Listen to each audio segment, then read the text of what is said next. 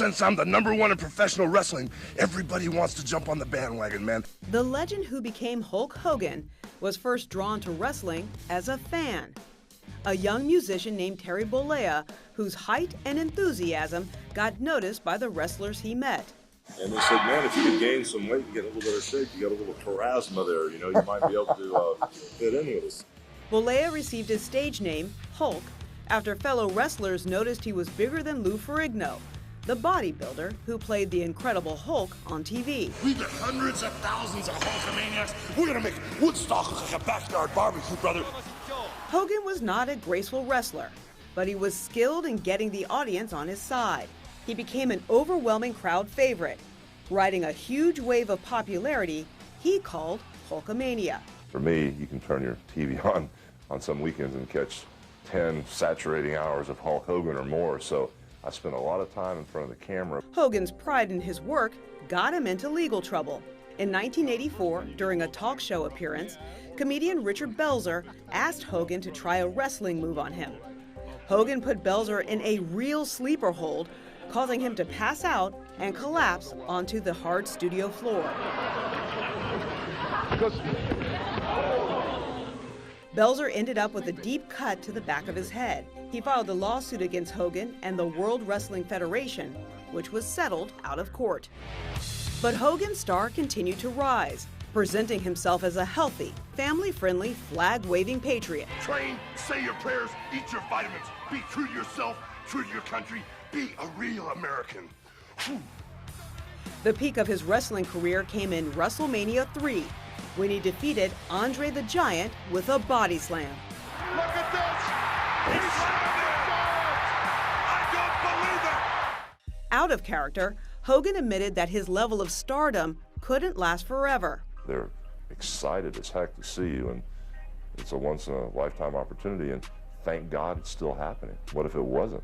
Eventually, Hogan's wrestling stardom did fade and was tarnished when he was forced in court to admit he had used steroids. Hogan tried to rebrand himself as a reality TV star, the overprotective dad to 2 kids, and Hogan knows best. If we're dysfunctional, we're a normal dysfunctional family. But that family image was rocked after his longtime marriage ended, and a video later leaked online showed him having sex with a married woman. Hogan sued the website Gawker for invasion of privacy. The case ultimately bankrupted Gawker and ended with a $31 million settlement for Hogan. I think we made history today because I think we protected a lot of people from maybe going through what I went through. In the ring, on TV, or even in the courts, Hulk Hogan was a compelling entertainer who fulfilled the celebrity dream he had for himself. When it's in your blood, you'll do about anything to make it and get the job done.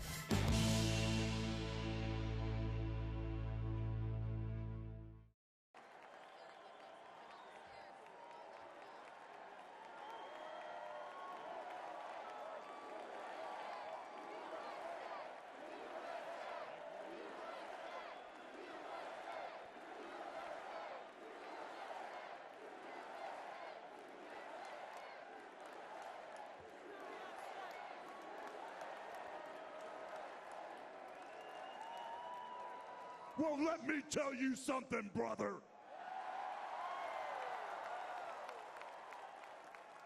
You know something? When I came here tonight, there was so much energy in this room.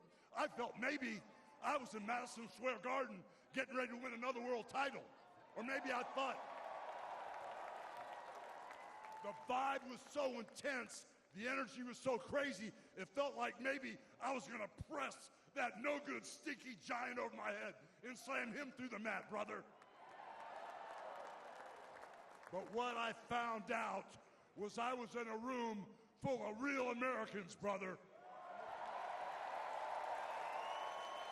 And at the end of the day, with our leader up there, my hero, that gladiator, we're gonna bring America back together.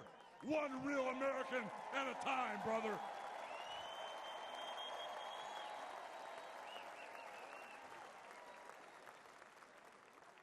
You know something? I've seen some great tag teams in my time. But what happened last week when they took a shot at my hero. And they tried to kill the next president of the United States. Enough was enough. And I said, let Trumpomania run wild, brother. Let Trumpomania rule again. Let Trumpomania make America great again.